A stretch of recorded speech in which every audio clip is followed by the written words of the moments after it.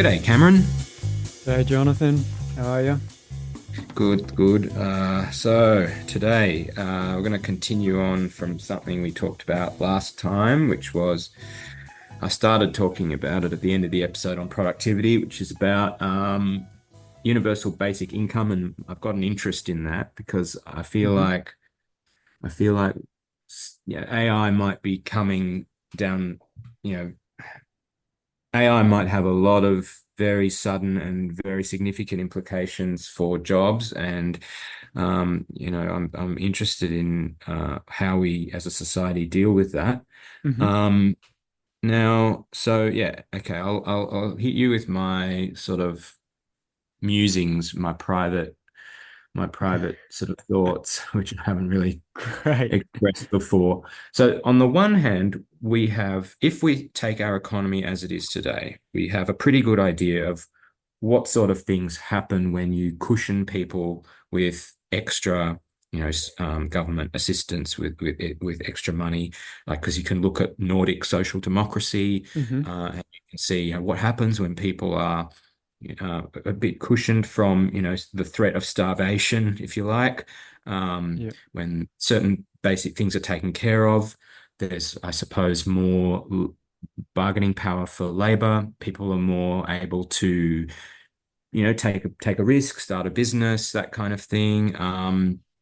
And also, like, there have been experiments in Alaska and in, oh, I forget where it was, some other places where that's essentially shown to be what happens when there's a universal basic income provided, and hmm usually I think it was Kuwait as well. Yeah, Kuwait, where they, because it's an oil-rich emirate, they were just able to just give everyone in the country some money, and it didn't really cause that much inflation and whatever. Okay, fine. But then there's this other scenario, which is we don't have an economy like the one we have now, where everything's really different because AI has come along and radically and hmm quickly reduce the need for labor, and there's heaps of people that don't have jobs anymore. And we don't have a social mechanism yet for figuring out what to do with all those people and how they're going to live their lives and pay for things. And Yeah. then my head explodes because there's so many considerations, so many factors that, okay, if you just give people money, isn't that just gonna, like, what are the What's impact? this? Like, if we have an economy like the one we have now, like, is with two providers in most sectors, then the price will just go up based on what the money that Yeah. everyone's been given. Like, it's be inflationary. I don't know. So Well, there's my two scenarios. One I kind of feel like comfortable with. The other is like, oh my God, I have no idea. that's so very interesting. So do you have in mind then, Jonathan, that a UBI would basically be something in addition to current welfare system or a replacement? Because I feel like the conversation on universal basic income is often divided. There's one group who sees it as a more streamlined welfare system in general, and there's one Yeah. group who says you shouldn't leave everything else fixed, leave the current welfare system, leave everything unchanged, the current tax system, and then just give people money on top. And I would agree with that second group. You shouldn't just print money and give it to people on top of existing welfare systems and tax systems.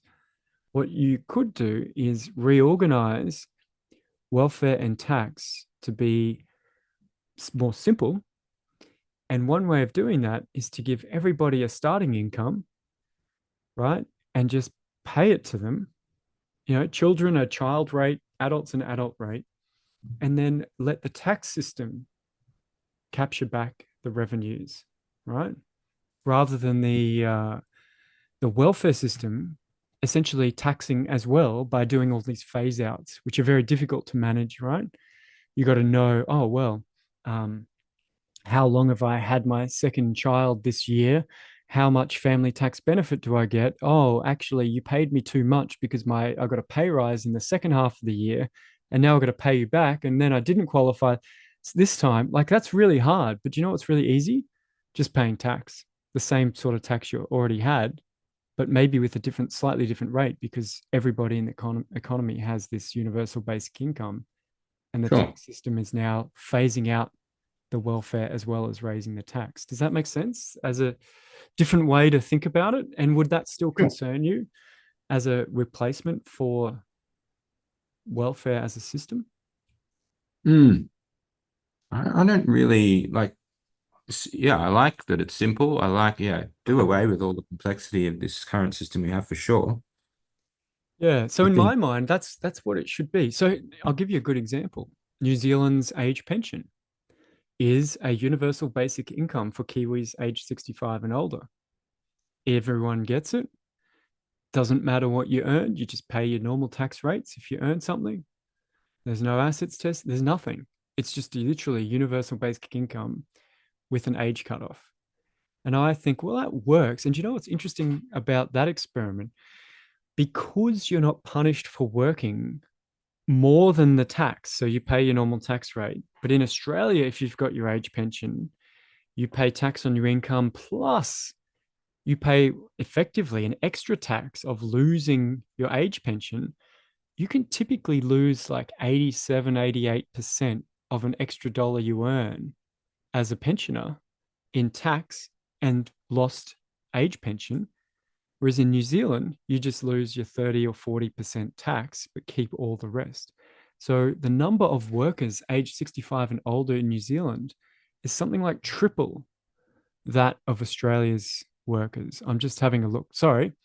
I've got the numbers in front of me because I did an article on fresh economic thinking about uh-huh. this in March 2024. And the number is 25% of Kiwis over 65 work and only 15% in Australia. So about Oh yeah, yeah. It's 67% something you more. notice in other countries. It's like in Japan, you just see a lot more older people. And I'm not saying, not necessarily saying it's always good, but yeah, it can be. Well, here's the thing, right? I mean, you're subject to only the same incentive to work or not as someone of working age who's not on welfare, right? The addition of the age pension doesn't change that incentive because you make, if you earn 50,000, you keep 40,000 or whatever the number is, right? After tax. That's true if you're 64 or you're 66. Whereas in Australia, if you're 64, well, actually, the age pension age now is 67. Let's say you're 64 and you earn 50,000, maybe you keep 40,000. But if you're 67 and on the age pension and earn 50,000, you might only increase your income by 10 or 15,000, right? Yeah, Because you're yeah, losing 15,000 of your age pension in addition to paying the tax or 25,000, whatever the number is, right? I'm just illustrating the point. So I think, I've often said to people, we should just make the age pension universal and then we should slowly ratchet down the age from 67 to zero, right? beautiful. And Yeah, that's how we phase out all the complexity of the welfare system. definitely. Yeah, makes Yeah. sense. So I'll give you an example, right? So the welfare system, you know, the welfare system makes sure people who don't have money, right? It's not like only a universal basic income makes sure people who don't have work income have money, right? That the welfare system does do that. The problem is, of course, the way it phases it out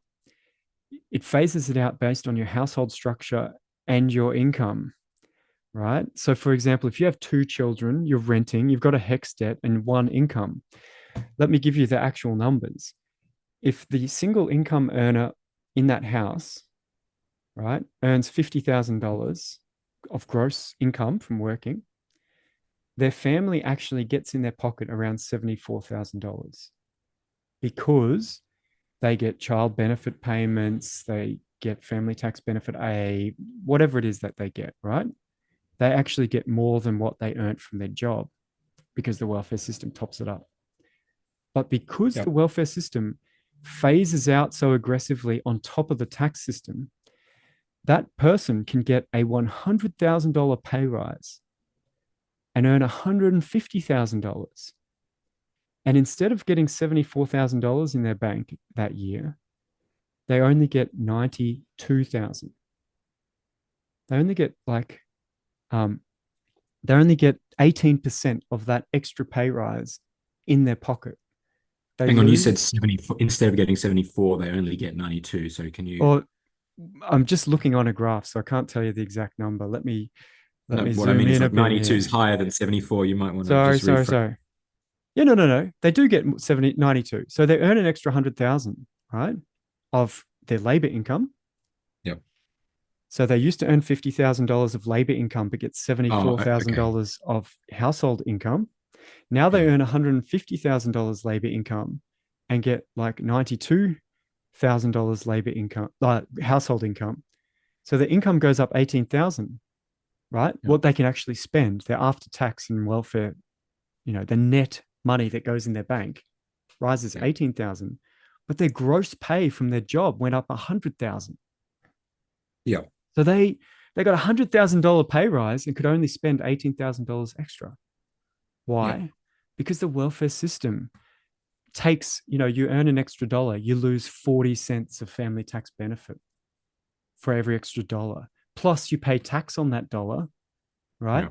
And so, for a huge income range, you're just like, why would I work that extra hours, right? My actual net pay is 18% of my gross pay, right? And I've got two kids at home, right? Like, Yeah. maybe it's not even worth it.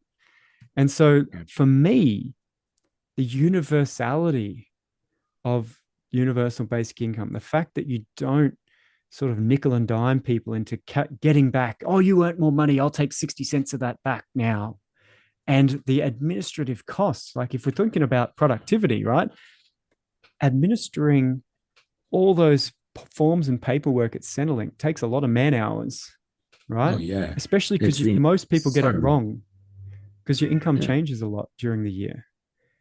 And that's just a waste of effort when you can just pay a basic income and let the tax system at the end of the year smooth everything out automatically with essentially no extra workers needed, right? Yeah. But we That do doesn't, have but to. that doesn't allow you to play stupid games and call people lifters and lean, classify people into people who are heroic and deserving of stuff because they don't need it, and then other people who need it and they're therefore Yeah. undeserving. No, you're right. There's a lot. I mean, I think I tweeted when I was writing this. I got there's an explanatory document of all the payment rates and phase out rates and qualifying criteria for every welfare payment. And if you try and read it and decipher it and work out what you could qualify for in your household, you will go insane and you'll quickly decide you want a universal basic income. You just want enough money to survive in case you don't have any money. And then when you do have money, you just want the tax system to deal with it automatically, right? But you're right, it's all game playing and winning votes in marginal seats by, these household types get an extra bonus or extra discount or whatever the case may be. And, that's costly for the economy to manage that all the time, right? And this is the benefit of the New Zealand system. Administering their age pension costs essentially nothing. You just got to check that the person who turns 65 is alive and real, and then make sure people who keep getting the pension are alive as well. Yeah. You don't have to do anything else. You never have to call them and check what their income was, right? So I feel Yep. So like, you. yeah, for Mhm. productivity purposes, it's great. Yeah. And you've jumped straight into the practical details in the real world, and you're obviously very comfortable addressing all those points. But okay, and also I think some of the arguments against a universal basic income have no basis. Like, oh, everyone will just sit around do nothing. Well, Well, I people think it's don't the sit. opposite, right? Because the Yeah, current welfare system, you get paid only if you don't earn money. So if you earn yeah, money, you don't get paid, which is my point is like the New Zealand system. Well, you get in the universal basic income, you get paid if you don't earn money and if you earn money, right? yeah, yeah. So that's the difference. Yeah. Okay, but like, okay, are you as comfortable getting into the speculative world of, okay, in 5 years from now, when Yep. AI has very suddenly disrupted many, many industries and reduced the need for labor in many, many industries, and we have a whole bunch of people with no money to buy stuff, like so the whole, the whole basis of capitalism is you have producers and producers are consumers. They're all the same, producers are consumers. They're the same people. They need to earn to Mm. spend. And the people who suddenly don't have the money to spend on the products that are out there. Um, you have a threat of a huge depression. You also have the problem we currently have, which is that there are only a few companies that control Yeah. um, a lot of the key industries. So if you introduce a UBI to sort of smooth the transition to this new world, then aren't all the prices just going to go up because Coles and Woolies and their equivalents and all the other sectors are going to go, oh, everyone's got this extra $500 a week. Fine. All Yeah, groceries are going. I guess it depends on the production side, right? So I think COVID is sort of similar to what you described, right? Everyone stopped working for a while. We threw money at everyone, and then we reopened with all these fat bank accounts to spend, and we did get an inflation pulse, not just in Australia but globally. So I think that's sort of it is a possible way things could go if such a transition was very sudden, like it was during COVID. And I think, Uh-huh. as I've said before, I don't think that's typically how technology adoption, um, happens. It happens incremental. It looks when we cast our minds back in time that all of a sudden this happened, like the invention of the telephone and the home washing machine and the microwave and a bunch of household technologies. If you look at charts, literally we go from zero houses with microwaves to 90% in a decade. And we go from zero houses with a telephone to 99% in a decade. And it looks very fast, but a decade is actually quite a long time for a macroeconomy to adjust to a technology, um, even a quite broad technology. The motor car, the internal combustion engine, the steam engine. So I think, yeah, I guess what you're describing as a inflation Well, pulse from it could definitely I'm happen. I using just think it's going to be a slower thing than what we just saw during COVID, for example. okay, I'm using a political lens. I think the Hmm. potential for disruption to our society based on people suddenly having um, their livelihood removed and no sort of government strategy to address that. That has there's potential there for a lot of unrest and Look, I um, mean, this happens every business cycle, right? A lot of people become unemployed. Um, we have automatic is stabilizers. it really So the same though? Is it really the same? why is it different? I mean, Why is it like, different? Because every yeah, sector in the entire world, in all, the entire economy is like suddenly, well, we'll get rid of 80% of our people. yeah, I just can't. I mean, think about where people actually work. I think that can be true in some sectors, but think about a hospital and all the nurses and doctors, and you know, a lot of the reasons we have jobs is so a person can be responsible for a decision. And AI can't, maybe that's the sort of golden ticket for AI is replacing personal responsibility, right? Like we have qualifications so that someone's responsible for a decision and we can point to it and we can manage that. But think about where people work, like police, nurses, doctors, teachers, uh, maybe lawyers, maybe getting rid of 80% of them is a great shock to the economy. I don't know. Your construction trades. So we've got about, 1 in 20 workers work physically in construction. You've got drivers and delivery people. You've got, pilots and people working in airlines and loading planes. I mean, how quickly do you think we can get rid of a, you know, Mm. a So you're a bit large chunk? skeptical about the suddenness of my sort of scenario Yeah, there. yeah, yeah. No, definitely. And that's sort of my point. Yeah, but yeah, if we look at a decade, maybe if we pick an example, graphic design, lawyers, architects, designers, and other people who do sort of a lot of computer-based work that can be repetitious, but also creative and needs a big pool of background knowledge. Over a decade, if we got rid of half of them, I think you wouldn't really notice so much. If it happened between now and Christmas, yeah, I think it would be this sudden thing. Everyone would be panicking. Interest rates would come down, would give people, spend money into the economy. But yeah, I guess I just see over a decade, maybe it's great. Maybe that's Mm, a good adjustment process that increases everybody's output at the other end. Do you think it can mm. be more sudden than that? Look, I We mean, just worry I about I unexpected follow change. I follow the I follow the AI news, um, and so I see.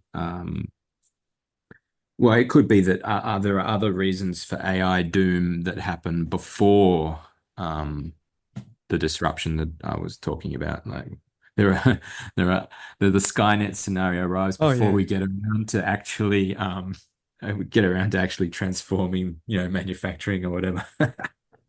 yeah. I Uh, know. I do feel like it's hard not to think about Terminator or the Matrix and stuff when you think about AI and you see how well it can kind of make sense of the world. Like I actually do ask AI from time to time, can you explain, the key insights in the literature on this topic? And it makes sense. I still have to check it because it often makes stuff up, like all humans. But yeah. it is impressive. I just think all technologies when they start are impressive, right?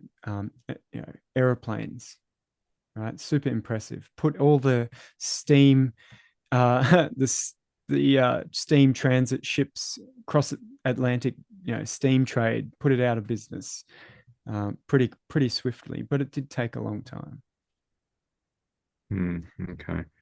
Um, so would it cause inflation in our current system and in any It, future system where there I, was I like, guess the question is, what causes inflation is trying to all spend money at the same time relative to what's being produced, right? mm, And you can enact a UBI, you can phase it in, you can pick a date and say, oh, if you want unemployment benefits after this date, you can opt into the current unemployment benefits or UBI. And, you as an individual or household head, you stick with the new system for the rest of your life. There's lots of ways to yeah.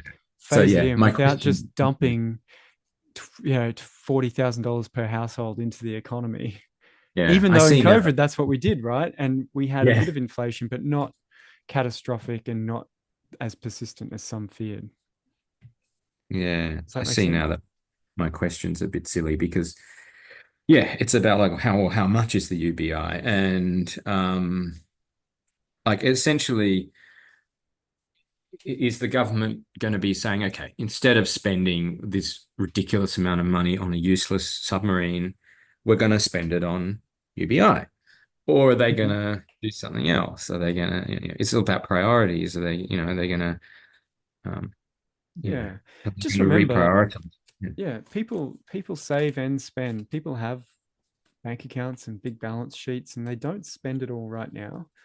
And so it's true that the replacement of existing welfare for those households, they spend pretty much whatever comes in, they've spent it pretty soon.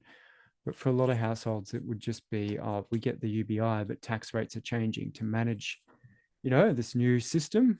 And there's not a lot of change in net spending. That would be my impression of how you would do it. I'm a big fan of UBI as an ambition for welfare system design. I just think it's just a simple thing that you want to aim towards. And the fact that it works in New Zealand is pretty good in my mind. What do you think? Can you hear any background noise? Not at your end. Okay, good. Um, well, some people are concerned that if you increase reliance on government payments, you're increasing and if the private sector job opportunities shrink as a result of a lot of technology changes, as we've just been discussing, you're giving a lot more power to the government, especially like we've seen in um, examples like the trucker protest in Canada, where the government just decided for stupid reasons that they were going to take away the bank account access to bank accounts of people who they didn't agree Mm, with, and also just with they can introduce things like make, social credit system to get your yeah, UBI and well, stuff not like that. social credit. I just mean like take away cash or, make it Yeah. almost impossible to use cash so that they can just control spending, your private spending. So I guess there's a concern there that if the entire population is going to be reliant on these government payments, obviously, and the alternative avenues for getting income are reduced, that state power over individuals just greatly increases. Yeah, I see the concern as state power, right? So if everyone's got a UBI, you do get this sort of buy-in to governments dictating where incomes go, rather than having welfare as a sort of carved off thing that you occasionally get. I think I can see that political concern. Um, but when I think about the truckers' protests and other ways in which governments have chosen to restrict spending, we have the Inju card, right? We always have debates about should welfare recipients have to have a spending card so they can't buy booze at the bottle-o. And then, it gets on a current affair that they've bought a gift card at Woolies and then spent the gift card at the bottle-o, right? Like, um, we currently do have those political conversations and concerns. I just, if you really think about it, if I told you, oh, my employer withholds the tax on, you know, the government's behalf for me, you'd be like, whoa, that's government overreach. The government's just making employers give them money that's not theirs, that their worker earned.